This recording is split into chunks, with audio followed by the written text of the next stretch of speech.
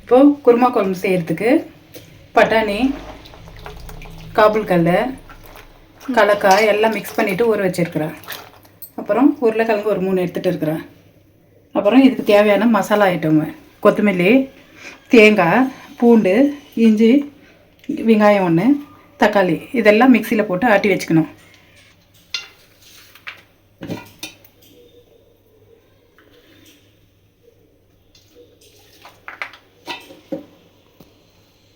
அப்போ சொல்லுங்கள். மசாலா ஆட்டி வச்சுட்டு இருக்கிறேன். தேங்காய் எண்ணெய் தான் ஊற்றுறேன் நான்.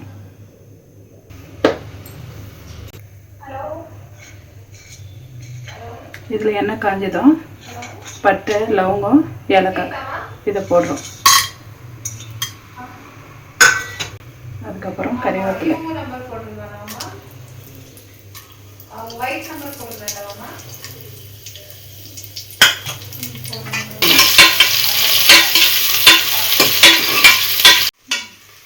வெங்காயம் வதங்கிடுச்சு. இப்போ இதில் உருளைக்கிழங்கு போடுறோம். இந்த கொட்டி நல்லா போடுறோம்.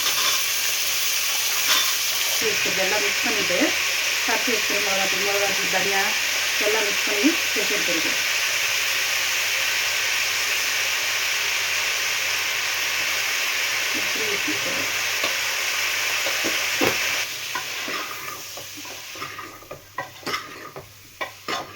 இப்போது அரைச்சி வச்சுக்கிற மசாலாவை போடலாம்.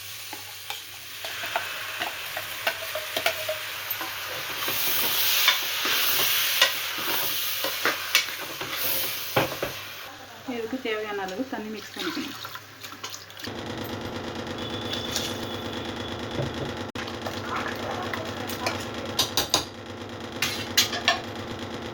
இப்போ குக்கரில் போட்டு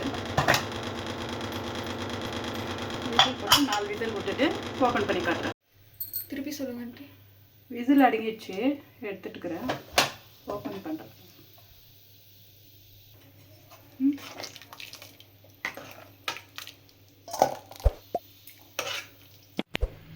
நீங்களும் உங்கள் வீட்டில் செஞ்சு பாருங்கள் எப்படி வந்திருக்குதுன்னுட்டு.